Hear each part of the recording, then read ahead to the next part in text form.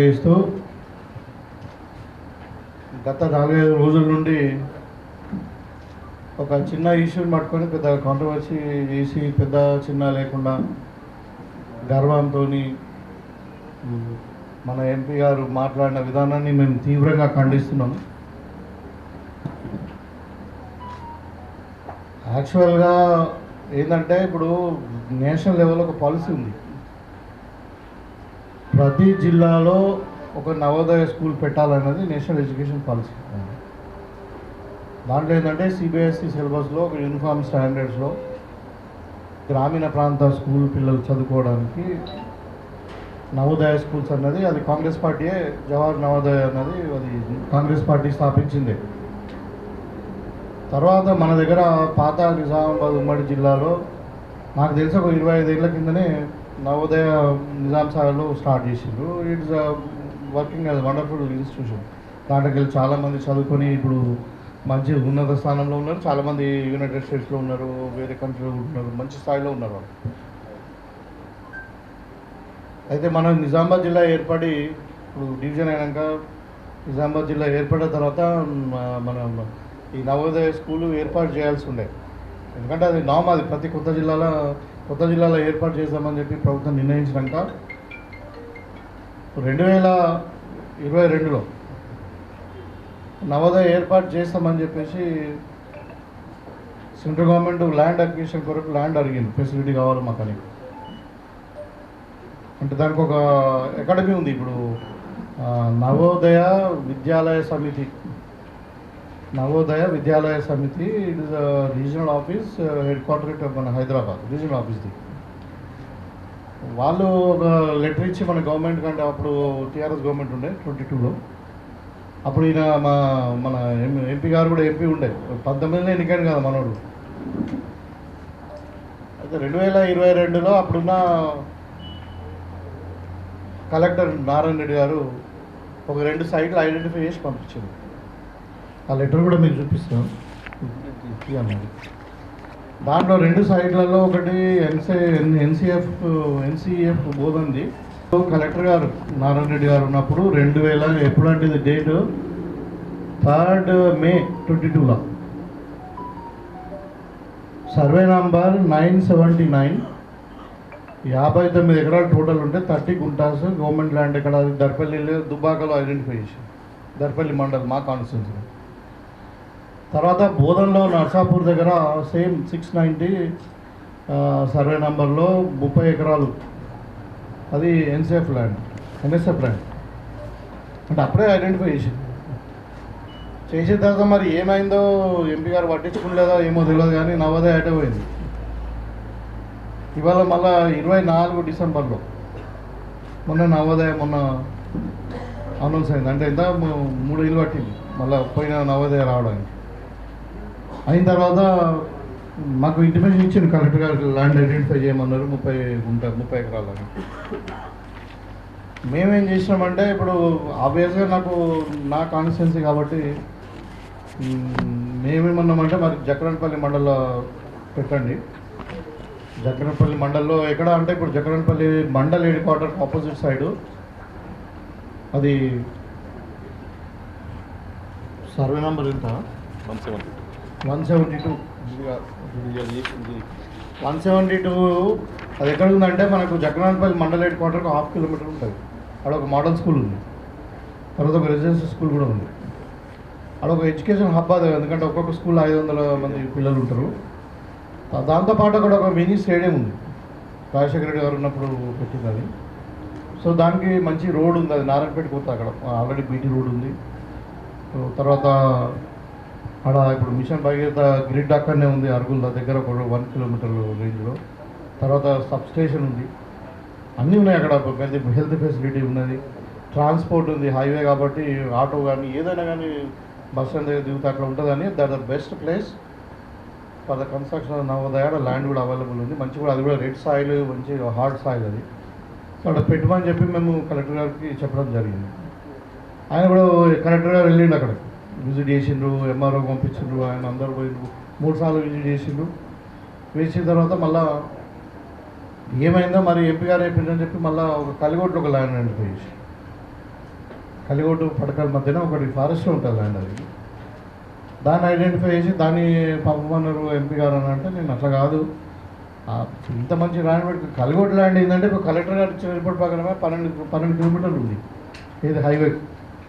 మళ్ళీ దానికి ఒక రోడ్ లేదు, 3 కిలోమీటర్లు రోడ్ లేదు, 3 కిలోమీటర్లు రోడ్ లేదు. సో మరి అది ఎందుకు అంత దూరం పెట్టడం, ఇక్కడ ల్యాండ్ అవైలబుల్ ఉంది కదంటే లేదు అక్కడ బాగుంటుంది అంటారు.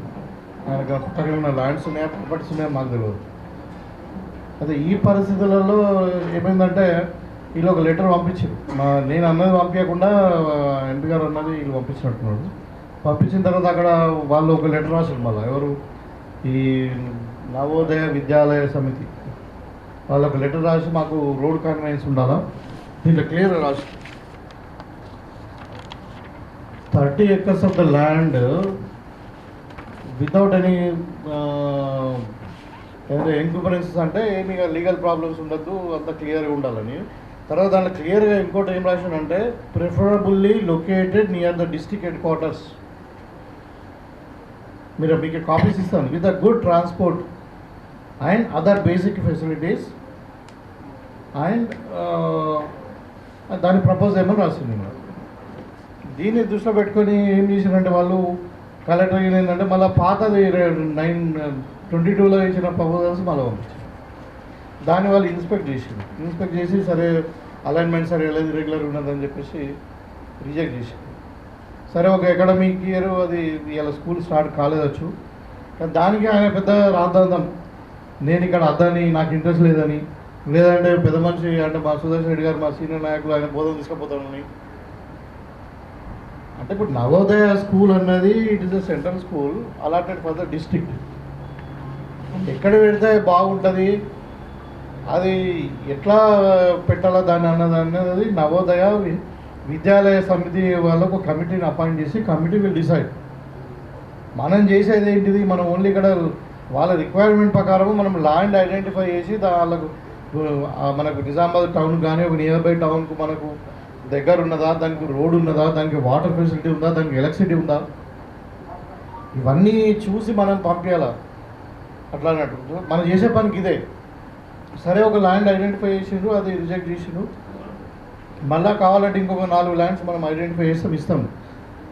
ఇష్యూ ప్రాబ్లం అది కాదు. ఆయన ఏమంటారు అంటే వీళ్ళిద్దరి మధ్యన ఏదో గ్యాప్ ఉంది, ఈయన ఇక్కడ పెట్టమంటే ఆయన అక్కడ పెడతాను, నేను అక్కడ పెట్టమని కలిగొట్ల, నేను పెట్టమని జగన్పల్లిలో హెడ్ క్వార్టర్లో నేను చెప్తాను కదా, ఈ ల్యాండ్ మీకు సర్వే కాపీ కూడా ఇస్తాను. ఇప్పుడు మళ్ళీ పంపిస్తున్నాం, రేపు పంపిస్తున్నాం. కలెక్టర్ గారితో ఆల్రెడీ మాట్లాడినాం. బెస్ట్ ప్లేస్ మన నిజామాబాద్ అంతా బెస్ట్ ప్లేస్. నేను చెప్పిన కదా ఇప్పుడు అడ్వాంటేజ్, మంచి బ్యూటిఫుల్ షేప్ ఉంది అన్నీ, అంటే నీకు ఎక్కడ కూడా ల్యాండ్ వేస్ట్ కాదు, 1/2 kilometre away from the highway, నీకు అక్కడ పవర్ గ్రిడ్ ఉంది, వాటర్ గ్రిడ్ ఉంది, అన్నీ ఉన్నాయి. ఇక స్కూల్ ఎడ్యుకేషన్ సిస్టమ్ ఉంది, మినీ స్టేడియం ఉంది, మళ్ళీ కొంచెం మంచిగా హిల్లాక్ టైప్ ఉంటుంది, వాతావరణం కానీ నీకు ఏదైనా చెట్టు పెట్టుకున్నా ఏది ఉన్నా మంచిగా ఉంటుంది, wonderful place. And it is connected to both మనకి highway number 44 and highway 16. So ఈ ప్లేస్ని మేము పంపించమని కలెక్టర్కి అడిగినాం. సరే ఇవాళ రేపు పంపిస్తాడు ఈయన. అంటే దానికి ఆయన ఇప్పుడు 2022 రావాల్సిన నవోదయ 2020 దాకా రాలే. సరే ఇప్పుడు ఆయన కలిగొట్టు పంపించమన్నాడు కాబట్టి వాళ్ళు దానికి రోడ్ లేదు, దానికి ఆడ ఏం దిక్కలేదు అక్కడ. సో దానికి కాదని చెప్పి వాళ్ళు పాత ప్రపోజల్స్ను తీసుకున్నారు, రిజెక్ట్ చేసినందుకు ఆ కాంగ్రెస్ వాళ్ళ పని మేమే చేస్తున్నాము. అసలు ఏం చేసినావు నువ్వు 6 ఏళ్ళలో? 6 ఏళ్ళు అయింది ఎంపీగా అయ్యి, మీ ప్రభుత్వం వచ్చి 11 ఏళ్ళు అయింది. చూద్దాం, ఒక బహిరంగ చర్చకు రండి. ఇవాళ నిజామాబాద్ జిల్లాలో నేను ఒక ఎడ్యుకేషన్ మీదనే మాట్లాడుతున్నా, వ్యవసాయం మీద మాట్లాడుతున్నాను. నిజామాబాద్ జిల్లాలో రాష్ట్రం అంతా అక్కడనే ఉంటుంది, నిజామాబాద్ జిల్లా మట్టుకే మనం పార్లమెంట్ మట్టుకే మాట్లాడదాం. ఇవాళ ఒక సింగిల్ టీచర్ స్కూల్ కానుండి, తాండాలో ఉన్న స్కూల్లో కానుండి, ప్రతి జిల్లా పరిషత్ హై స్కూల్, ప్రతి జూనియర్ కాలేజు డిస్పల్లిలో కానీ, దర్పల్లిలో కానీ, మన నిజామాబాద్లో కానీ, ఇంకెక్కడైనా కానీ, ఐటీఐలు కానీ, పాలిటెక్నిక్లు కానీ, అదేవిధంగా తెలంగాణ యూనివర్సిటీ కానీ, ఇక్కడ మెడికల్ కాలేజ్ కానివ్వండి, ఇవాళ ఇంకా మన జిల్లా కాకపోయినప్పుడు ట్రిపుల్ ఐటీ, ఇవన్నీ కూడా కాంగ్రెస్ హయాంలోనే వచ్చినాయి. వీళ్ళు 11 ఏళ్లలో ఒక చిన్న ఇన్స్టిట్యూషన్ కూడా తేలేదు. ఇవాళ ఆయన ఏం చేసిండు కేసీఆర్ కులాల వారిగా రెసిడెన్షియల్ స్కూల్ పెట్టిండు. ఇన్ని 100 ఓపెన్ చేసినాను, నేను అన్ని 100 ఓపెన్ చేసినాను. ఎస్సీలకు సపరేట్, ఎస్టీలకు సపరేట్, మైనార్టీలకు సపరేట్, బీసీలకు సపరేట్. అట్లనే ఉండేనా స్కూల్ విధానం? ఎప్పుడైనా కాంగ్రెస్ పార్టీ ఉన్నప్పుడు అందరు పిల్లలు ఒక దగ్గర చదువుకునేటోళ్ళు, అందరు కలిసి భోజనం చేసేటోళ్ళు. ఈ కులాల వారిగా స్కూల్ పెట్టేసి అన్ని రెంటెడ్ బిల్డింగ్లో పెట్టిండు. ఒక్కదాన్ని కూడా 10 ఏళ్ళలో ఒక బిల్డింగ్ కట్టలేదు. మార్పుడు అట్లా చేసేసి విద్యా విధానం మొత్తం సర్వనాశనం చేసి యూనివర్సిటీలకు వైస్ ఛాన్సలర్ లేకుండా చేసి, ఒక టీచర్ రిక్రూట్మెంట్ లేదు, ఒక టీచర్ ట్రాన్స్ఫర్ లేదు, ఒక డిఎస్సి ఎగ్జామ్ లేదు. అట్లా సర్వనాశనం చేసిన దాన్ని కాంగ్రెస్ పార్టీ అధికారంలోకి వచ్చిన తర్వాత మా ముఖ్యమంత్రి గారు రేవంత్ రెడ్డి గారికి బాగా ఇంట్రెస్ట్ ఎడ్యుకేషన్ సిస్టమ్. పిల్లలు చదువుకోవాలి, మనల్ని బాగా చదువు అన్నది ఒక ఇన్వెస్ట్మెంట్, అది ఇట్ ఈస్ నాట్ ఎక్స్పెండిచర్ అని చెప్పి డే 1 చెప్పిండు. చెప్పిన తర్వాత అందరికీ కూడా ఒక సర్చ్ కమిటీ చేసుకున్నాము. మనం ఇలా యూనివర్సిటీకి వైస్ ఛాన్సలర్ పెట్టుకున్నాము, అక్కడ కూడా స్టాఫ్ రిక్రూట్మెంట్ చేసుకున్నాము. తర్వాత ప్రతి పాఠశాలలో బేసిక్ కమ్యూనిటీస్ ఉండాలని చెప్పి ఒక 1200 కోట్లు పెట్టి అమ్మ ఆదర్శ పాఠశాల కింద మనము అక్కడ ఇన్ఫ్రాస్ట్రక్చర్ డెవలప్మెంట్, వాటర్ కానీ, డ్రింకింగ్ వాటర్ కొరకు కానీ, ఎలక్ట్రిసిటీ కొరకు కానీ, లేకుంటే బాత్రూమ్స్ కానీ, ఇవన్నీ కూడా చేసుకొని ఇలా 14,000 మంది టీచర్లను రిక్రూట్మెంట్ చేసుకున్నాం. వాళ్ళకి ట్రాన్స్ఫర్స్ ఇచ్చినాం, వాళ్ళకి ప్రమోషన్స్ ఇచ్చినాం. ఇవాళ ప్రతి స్కూల్లో మీరు ఫ్యాన్ తిరుగుతాయి. ఇంతకుముందు ఫ్యాన్లు లేకుండా బాత్రూమ్లు ఉన్నాయి. ప్రతి స్కూల్లో వాటర్ ప్రాబ్లం సాల్వ్ అయింది. ఇట్లా చేసుకొని మళ్ళీ మధ్యాహ్న భోజనం పిల్లలకు వాళ్ళకు బెస్ ఛార్జీలు పెంచినాం, గురుకులాలలో బెస్ ఛార్జీలు పెంచినాం. 40% పెంచిన, 10 ఏళ్ళలో ₹1 పెంచలేదు. 10 ఏళ్ళలో ఎంత ఇన్ఫ్లేషన్ అయింది, రేట్లు ఎంత పెరిగినాయి. మళ్ళా అది కాకుండా వాళ్ళకు కాస్మెటిక్ ఛార్జెస్ 200% పెంచినాం. అదే 20 ఏళ్ళు అయింది పెంచి పిల్లలు బాగా తినాలని చెప్పి, ఆరోగ్యంగా ఉంటారు, బాగా పౌష్టికాహారం తినాలని చెప్పి వాళ్ళకు మంత్ ఒకటి ఎస్ఓపి స్టాండర్డ్ ఆపరేటివ్ ప్రొసీజర్స్ అని అంటే ఇవాళ పెట్టింది మళ్ళీ వారం దాకా పెట్టరు. బ్రేక్ఫాస్ట్ కానివ్వండి, లంచ్ కానివ్వండి, డిన్నర్ కానివ్వండి, ఒక బుక్లెట్ ప్రింట్ చేసి ఆ బుక్లెట్ ప్రకారం మనం మెన్యూ తయారు చేసి ఆ మెన్యూ ప్రకారం ఈవెన్ అవసరం ఉంటే వంటకాలు ఎవరైతే కుక్స్ ఉంటారో వాళ్ళకు కూడా ట్రైనింగ్ ఇచ్చి న్యూట్రిషన్ లాస్ రాకుండా ఎట్లా ఉండాలని ఒక సిస్టమేటిక్గా మనం పోతా ఉన్నాం. అంటే ఇవన్నీ కాంగ్రెస్ పార్టీ చేస్తుంది. ఇవాళ పిల్లలు దురలవాట్లకు అవుతుందని చెప్పి ఒక స్పోర్ట్స్ యూనివర్సిటీ పెట్టుకున్నాం. ఆరోగ్యం కానీ అన్ని విధాలు మనకు ఉండాలి, బాగుండాలి, ఫిజికల్ అండ్ మెంటల్ హెల్త్.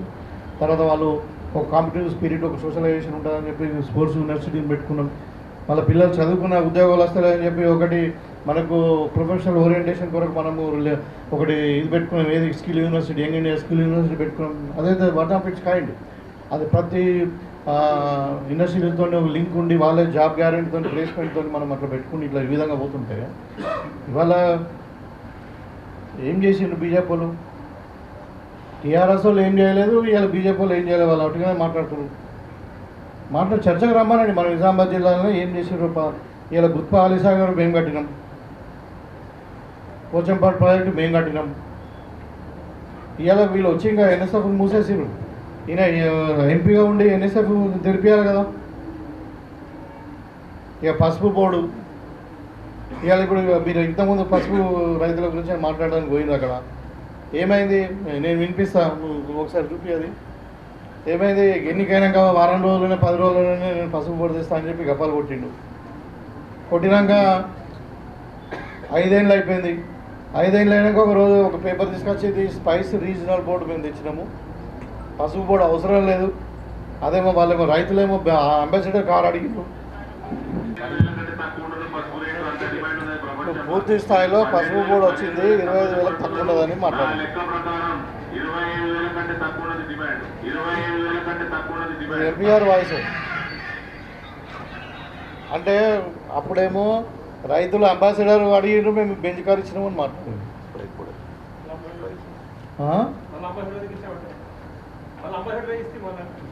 అంతే అన్నారు కదా. అన్న తర్వాత మళ్ళా రైతులు ఇంకా మాకు అది కాదు, స్పైస్ బోర్డు కాదు, మాకు పసుపు బోర్డు కావాలంటే మళ్ళీ ప్రధానమంత్రితో ఏదో అనౌన్స్ చెప్పించి మొన్న ఒక పసుపు బోర్డు ఇచ్చారు 4 నెలల కింద. దానికి ఒక బోర్డు తలిగేసారు, అదే ఆఫీస్కు బోర్డు తలిగేసి నిన్న మొన్న ఒక సెక్రటరీ వచ్చింది. ఇంతవరకు దానికి ఫండింగ్ లేదు.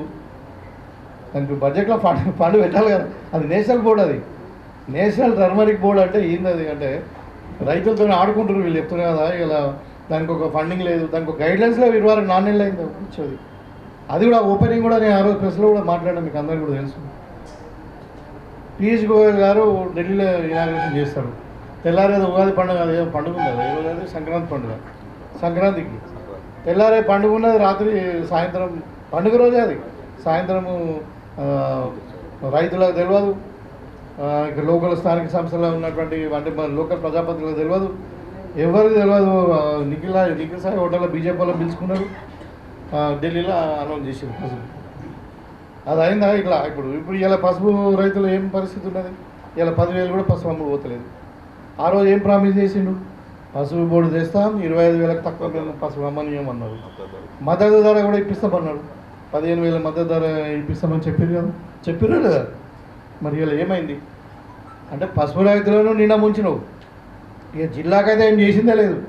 ఇవాళ నేను చెప్తా ఉన్నాను, టు ఐడెంటిఫై కాంగ్రెస్ పార్టీ హయాంలోనే అప్పుడు ఉన్నటువంటి మధుయాశ్రీ గౌడ్ గారు అప్పుడు పిఎఫ్ కానీ ఏదైనా ఉన్నా కాంగ్రెస్ పార్టీ హయాంలోనే వచ్చింది. ఇక నిజామాబాద్ జిల్లాకు మనకు పిఎఫ్ ఆఫీస్ వచ్చింది, నిజామాబాద్ జిల్లాకు పాస్పోర్ట్ ఆఫీస్ వచ్చింది, మన నిజామాబాద్ జిల్లాకు ఈ రైల్వే ట్రాక్ అది బ్రాడ్గేజ్ అయింది. అంటే వీళ్ళు ఏం చేశారు? అన్నీ కూడా కాంగ్రెస్ టైంలోనే కదా. నువ్వు 6 ఏళ్ళైంది ఎంపీగా ఉండి, 10 ఏళ్ళైంది మీ బీజేపీ గవర్నమెంట్ వచ్చి, ఏం చేసినో చెప్పరు అంటే చెప్పరు. ఏమనంటే జై శ్రీరామ్ అంటారు.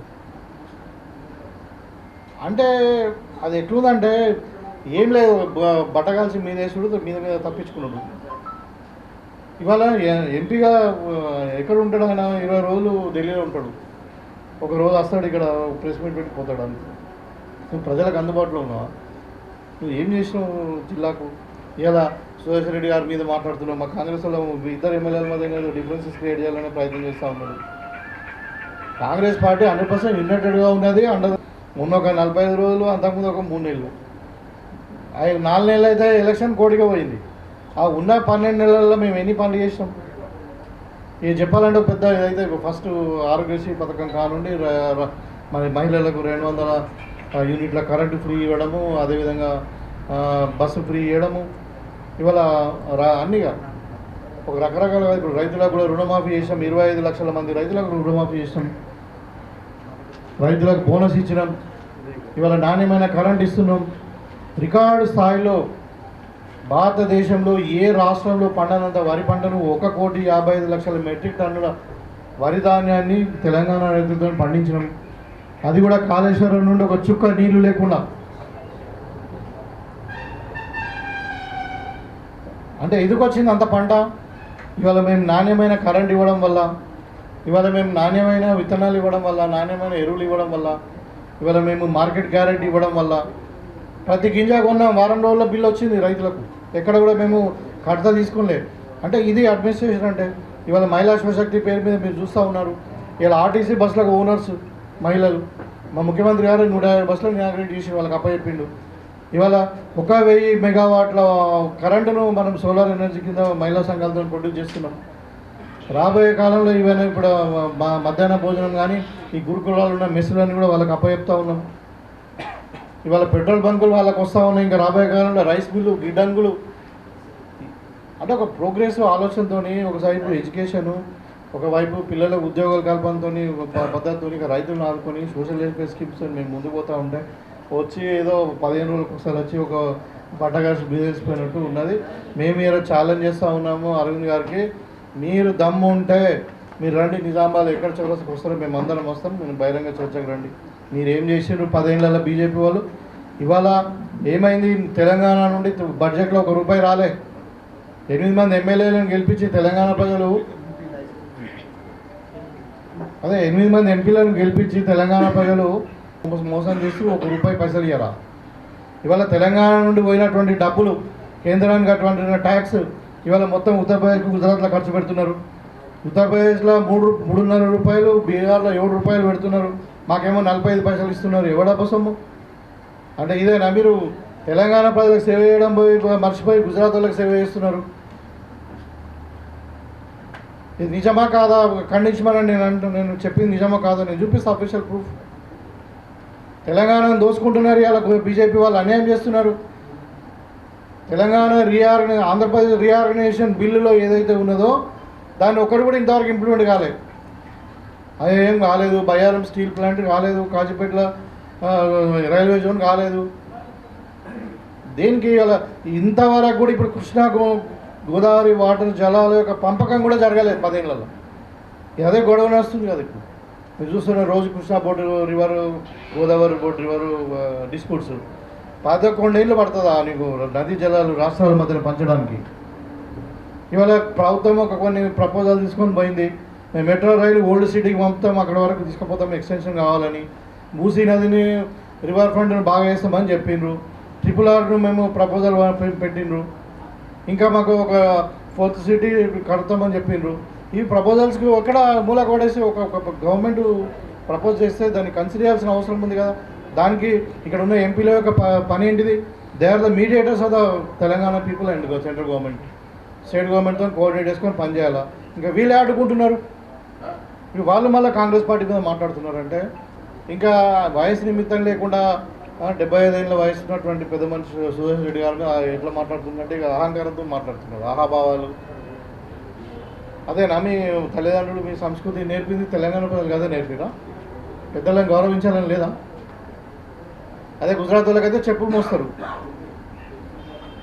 అలా బండి సంజయ్ చెప్పులు మోయలే అమిత్ షాది. తెలంగాణ ప్రజలకు సేవ చేయండి మీరు, అమిత్ షా కాదు, మోడీ కాదు. దేని కొరకు పంపించారు కొండని? ఇక్కడ తెలంగాణ హక్కుల కొరకు కాపాడడానికి పంపించినా, లేకుంటే అక్కడ గుజరాత్ వాళ్ళకు ఊవిడం చేయడానికి పంపించినా? మొన్న ఏదో ఎమ్మెల్సీలో గెలిచిరు. ఎట్లా గెలిచిరు మీకు అందరికీ కూడా తెలుసు కదా. టీచర్ ఎమ్మెల్సీకి ఒక్కొక్కరికి 5,000 ఇచ్చారు. మేము టీచర్లలో మేము ఎందుకని మేము పోలే అన్నట్టు ఆ టీచర్లు 2 ఓట్లు అట్టేసారు.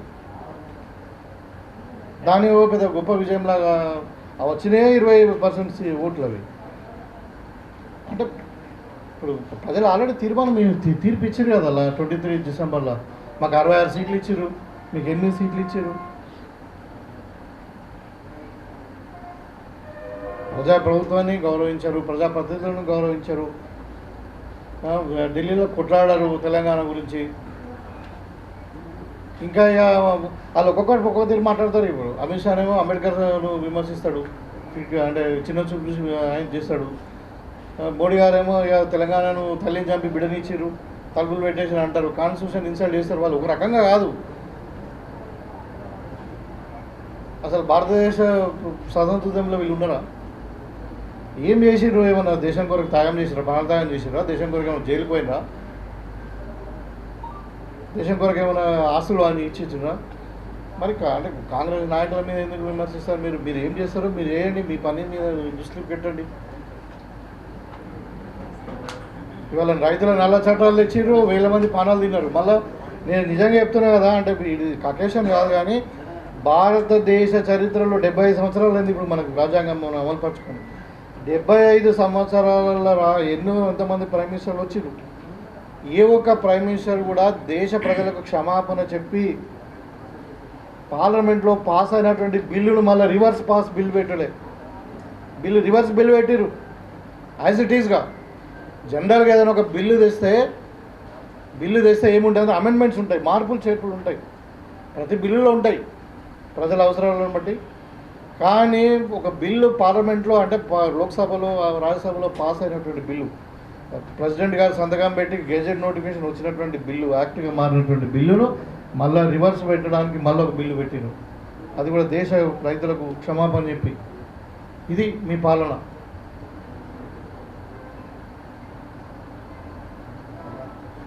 కాబట్టి అరవింద్ గారికి చెప్తా ఉన్నాను, మీరు కాంగ్రెస్ను తిట్టడం మానండి. ఫస్ట్ అసలు తెలంగాణకు రావాల్సిన ఫండ్స్ గురించి మీరు కొట్లాడండి, తెలంగాణకు రావాల్సిన ప్రాజెక్టుల గురించి మీరు కొట్లాడండి, నిజామాబాద్ జిల్లా అభివృద్ధి మీద దృష్టి పెట్టండి.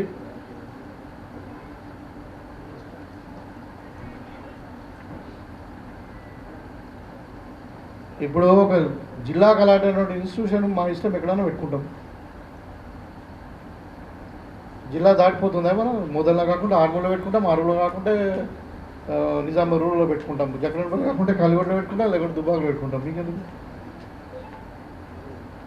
ఇవాళ ఇంకో విషయం చెప్తా ఉన్నాం మీకు. ఇవాళ మన జిల్లాకు 3 ఇంటిగ్రేటెడ్ స్కూల్స్ శాంక్షన్ అయినాయి. మొన్న టెక్నికల్ శాంక్షన్ అయింది, ఇవాళ అడ్మినిస్ట్రేటివ్ శాంక్షన్ వచ్చింది. 200 కోట్లకు ఒక స్కూలు మన జిల్లాకే మ్యాక్సిమం వచ్చినాయి. ఇలా బోధన్ కాన్స్టిట్యున్సీకి వచ్చింది, ఆర్మూర్ కాన్స్టిట్యున్సీకి వచ్చింది.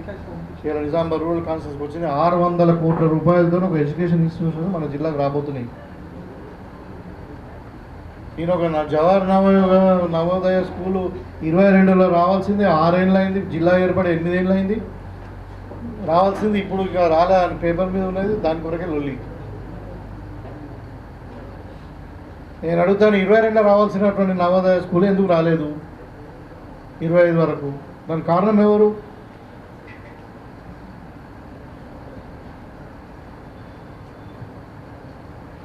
ఇవన్నీ కూడా మీకు డాక్యుమెంట్ లెటర్స్ ఉన్నాయి, మీరు కావాలంటే మీరు చూసుకోవచ్చు. నేనే అడిగి నేను జగన్పల్లిలో ల్యాండ్ కూడా ఐడెంటిఫై చేసి పంపించిన, కలెక్టర్ కూడా వెళ్ళిండి అని చెప్తున్నాను కదా. I'm interested. దాన్ని కాంట్రవర్సీ, దీన్ని అర్థమవుతుందా? దాన్ని కాంట్రవర్సీ చేసి ఇద్దరి మధ్యన ఏదో లొల్లి పెట్టించి ఇలా అంటున్నారని, ఆయన ఎత్తుకపోతున్నాడని, ఈయన పట్టించుకుంటలేడని. దాంట్లో పట్టించుకునేది ఏమున్నది? నేనే కలెక్టర్కి ఫోన్ చేసి కలెక్టర్ని పంపించిన. నేను ఈయన ఇంకొక పనికాని ల్యాండ్ చూసి దాకా రోడ్ లేదు మన లేదు దాన్ని పట్టుకొని అది పెట్టి ఆడబెట్టాలంటే ఒక ప్రాబ్లం అయింది. వాళ్ళు మళ్ళీ 22లో ప్రపోజల్ పెట్టింది. అవునండి ఒప్పుకుంటున్నా అంటే కూడా ఆయన కాన్సెన్స్ తీసుకుపోతాం ప్రయత్నం చేస్తుంటారు తప్ప. ఇప్పుడు నేను ఎట్లయితే మా కాన్సెన్స్కి నేను ఇన్స్టిట్యూషన్ రావాలనుకుంటున్నాను, ఆయన కాన్సెన్స్ కూడా రావాలని అనుకుంటుంటేమో. Whichever the best the committee will decide. దానికి ఎవరు డిసైడ్ చేసేది? డిసిషన్ మేకర్ ఎవరు? నవోదయ విద్యాలయ సమితి. దాని నుండి దే అడ్వైజ్ కమిటీ, ఒక కమిటీని పంపిస్తారు. ఆ committee will decide which is the best place. మేము 4 ప్లేసులు, సంగారెడ్డిలో 5 ప్లేసులు పంపించారండి. మేము కూడా 4 ప్లేసులు పంపిస్తాం. ఇంతకుముందు కూడా 2 ప్లేసులు పంపించారు. ఏ ప్లేస్ అయినా పంపిస్తాం. ఆ కాన్సెన్స్ ఒక ప్లేస్ కూడా పంపిస్తాము. Let them decide. 30 ఎకరాల ల్యాండ్ ఉంది, గవర్నమెంట్ ల్యాండ్. లేకుండా అదే వాళ్ళు కమిటీ విల్ డిసైడ్ అనుకుంటారు కదా, కమిటీకి వదిలేస్తారు. అట్లా దీన్ని అసలు ఇన్స్పెక్షన్ చేయాలి, దాన్ని చేసి దాన్ని రిజెక్ట్ చేసిరు. అట్లా ఇంకా 4 సైట్లు పంపిస్తాం. స్కూల్ అయిపోతుంది. ఇప్పుడు 2022లో రావాల్సింది ఈయన కాబట్టి 5 ఏళ్ళు లేట్ అయింది. ఇంకా 6 నెలలు లేట్ అయితే అవుతుంది ఒక్కోసారి. దానికి పెద్ద ఏదో ఈయన ఏదో ఘనకార్యం చేస్తే మేమేదో ఆపినట్టు. ఒక ఇన్స్టిట్యూషన్కు 4 ప్రపోజల్స్ ల్యాండ్ ఐడెంటిఫై చేస్తారు, ఏది బెస్ట్ ఉంటే వాళ్ళు అది చేస్తారు. అదే అంటున్నాను, జగన్పల్లి మళ్ళీ పంపిందని చెప్పినాను. సరిగా రోడ్ లేదు, ఇది లేదని చెప్పి వాళ్ళు పాత ప్రపోజల్ కన్సిడర్ చేసి వాళ్ళు దాన్ని ఇన్స్పెక్ట్ చేసి బాగుంటుందని నేను చెప్తున్నా. First I was a person to send the collector there. నేనే ఫస్ట్ చెప్పినట్టు కదా, డే 1 నేను కలెక్టర్ పోయింది, 3 సార్లు పోయింది, ఒకసారి కాదు. I'm very much interested. నేను చెప్తున్నాను కదా. పసుపు బోర్డు అన్నారు, మరి ఏమైంది కదా? పసుపు రైతులు రోడ్ ఎక్కుతున్నారు, అంటున్నారు. 9,000 ప్రభుత్వం చూసి తీసుకెళ్తాం తప్పకుండా. ఆలోచిస్తాం రైతులకు. ఇప్పుడు రైతుల కొరకు ప్రభుత్వం ఏదైనా చేస్తుంది. ఇప్పుడు మేము వరికి ఇయ్యలే. ఇప్పుడు దీంట్లో కూడా మీరు కరెక్ట్ పాయింట్ చెప్పారు. లాస్ట్ ఇయర్ కూడా పసుపు ధర పెరిగింది. ఎప్పుడు లీన్ సీజన్ అంటారు దాన్ని. లీన్ సీజన్ అంటే పసుపు పండించినప్పుడు దాన్ని సీజన్ అంటారు, పసుపు అయిపోయిన తర్వాత లీన్ సీజన్ అది. అయితే ఇప్పుడు ఒక 3 నెలల తర్వాత నీకు వర్షాకాలంలో పసుపు వండది, అంటే దవ్వరు వెళ్ళదు అది. అప్పుడు ఏం చేస్తారంటే వీళ్ళు స్టాక్లో కమోడిటీస్ మ్యానిపులేట్ చేస్తారు. అయితే అప్పుడు లాస్ట్ టైం మీరు చూడండి, ఇప్పుడు డేటా తీయండి. లాస్ట్ జూలైలో పసుపు దగ్గర 15-16 వేలు పోయింది. అప్పుడు ఆయన గప్పలు కొట్టిండు, ఏంటంటే మేము చేయబట్టే, సెంట్రల్ గవర్నమెంట్ చేయబట్టే పసుపు ధర పెరిగింది, మేము అది చేసినాం ఇది చేసినామని చెప్పిండు. అదే స్పైస్ రీజనల్ బోర్డు తీసుకురావడం వల్ల పసుపు ధర పెరిగింది అన్నారు. మేము అన్నాం ఆ రోజు మీరు రికార్డు తీయండి. అదే రోజు చెప్పినా నేను, పసుపు అన్నది ఒక కమాడిటీ, అది స్టాక్ ఎక్స్చేంజ్లో మేనేజ్ అవుతుంది. ఇప్పుడు పసుపు అంతా కూడా ఒక 7-8 మంది పెద్ద ట్రేడర్స్ దగ్గరనే ఉన్నది. అది బాంబేలో ఒక 3-4 ఉంటారు, ఉత్తరప్రదేశ్లో ఒక 4 ఉన్నారు. వీళ్ళందరూ కూడా మెజారిటీ పసుపుని కొని గోడౌన్లలో పెట్టిండ్రు. ఇప్పుడు రైతుల దగ్గర పసుపు లేదు. జూలైలో ఎవరి దగ్గర ఉంటుంది అంటే తక్కువ మంది, ఏదో 10%. అది వాళ్ళు కమాడిటీని వాళ్ళు మ్యానిపులేట్ చేసి షార్టేజ్ క్రియేట్ చేసిండ్రు. వాళ్ళు వీళ్ళు అమ్ముకుంటారు. అది ట్రేడర్స్కి లాభం అవుతుంది, రైతులకు లాభం అవుతలేదు అని ఆ రోజు 2 సార్లు ప్రెస్ మీట్ పెట్టినా. మీరు go back to the records. ఇవాళ ఏమైంది మరి? ఆయన ఇప్పుడేమో పసుపు బోర్డు అదేమంటారు రీజనల్ బోర్డు, స్పైస్ బోర్డు చేయడం వల్ల వచ్చిందని చెప్పబట్టి ఇప్పుడు పసుపు బోర్డు వచ్చే మరి ఎందుకు తగ్గబట్టే మరి అంటే మీరు అడగాల మరి, మమ్మల్ని కాదు. గైడ్లైన్స్ అనౌన్స్ చేసి మీకు బడ్జెట్ పెడతామని చెప్పారు. ఇప్పుడు చెప్పమని ఎందుకు ఎంత బడ్జెట్ పెట్టాడో పసుపు బోర్డుకు? బడ్జెట్ అయిపోయింది కదా, మంత్రి గారు చెప్పిందే, నేను చెప్పింది కాదు. అంటే వాళ్ళ అట్లా ఉంటాయి. అది బీజేపీ మాటలు అనే నీటి బుగ్గలు అవి. వాళ్ళది ఏమి ఉండదు. సపోర్ట్ ప్రైజ్ ఇవ్వమని పసుపు కూడా సపోర్ట్ ప్రైజ్ ఇవ్వమని లెటర్స్ రాసిండ్రు. నేను ఐ కెనాట్ డిస్క్లోజ్, నా దగ్గర లేదు. ఇప్పుడు రాసిండ్రు పసుపుకు మినిమం సపోర్ట్ ప్రైజ్ ఇవ్వాలని చెప్పిండ్రు. దానిపై ఇంకా అవసరం ఉంటే మార్కెట్ ఇంటర్వెన్షన్ కూడా చేయాలా కేంద్ర ప్రభుత్వం అని కూడా చెప్పడం జరిగింది. వాళ్ళు ఇంప్లిమెంట్ చేయకుండా వాళ్ళకి రైతుల పట్ల లేనే లేదు. రైతులు నల్ల చట్టాలు తెచ్చిన వాళ్ళు రైతులు లేని కాపాడుతారు. ఇక కేంద్రం పట్టించుకుంటలేదు, కనీసం రాష్ట్రం అన్న బోనస్ ఇస్తే బాగుంటుందేమో. అది నేను మాట్లాడతాను, నేను నా డిసిషన్ కాదు, అది గవర్నమెంట్ దృష్టికి తీసుకెళ్తా. కాంగ్రెస్ పార్టీ ఎమ్మెల్యేగా డెఫినెట్గా మేము అగ్రికల్చర్ మినిస్టర్తో మాట్లాడతాం, మా ముఖ్యమంత్రి గారితో మాట్లాడతాం. పాసిబిలిటీ అయితే డెఫినెట్గా రైతులను ఆదుకుంటాం. ఎందుకు ఆదుకోలేదమ్మా? ఇప్పుడు ఒక గింజ కూడా వేస్ట్ కాకుండా కొన్నాము, 500 రూపాయలు బోనస్ ఇచ్చినాము, మరి 25,000 లక్షల మంది రైతులకు రుణమాఫీ చేసినాము. ఏం తక్కువ చేసినాం? మేము కరెంట్ ఇచ్చింది మేమే 24 గంటలు, అంటే ఫ్రీ కరెంట్ ఇచ్చింది 2004 ఇచ్చాం, ఇప్పుడు కాదు. 10 కిలోల కడత తీసుకున్నారు వాళ్ళు. రైతుల కన్నీళ్లు తుడిచే బాధ్యత కాంగ్రెస్ ప్రభుత్వం లేదని ఎమ్మెల్సీ కవిత ఇప్పుడే కామెంట్ చేసింది. కవిత అధికారం ఉన్నప్పుడు ఒకటి మాట్లాడతారు, కవితని అంత సీరియస్ ఎవరు పట్టించుకుంటారు? కవితనే కదా మన ఇప్పుడు పుట్టకొక మాట మాట్లాడు. బీసీ ఎత్తుకున్నప్పుడు ఇప్పుడు బీసీలకు అప్పుడు ఒక మంత్రి పదవి కూడా ఇవాళ ఇంకా నేను ఇవాళ చెప్తా ఉన్నా. నేను ఇవాళ రాబోయే రేపటి నుండి అసెంబ్లీ స్టార్ట్ అవుతున్నది.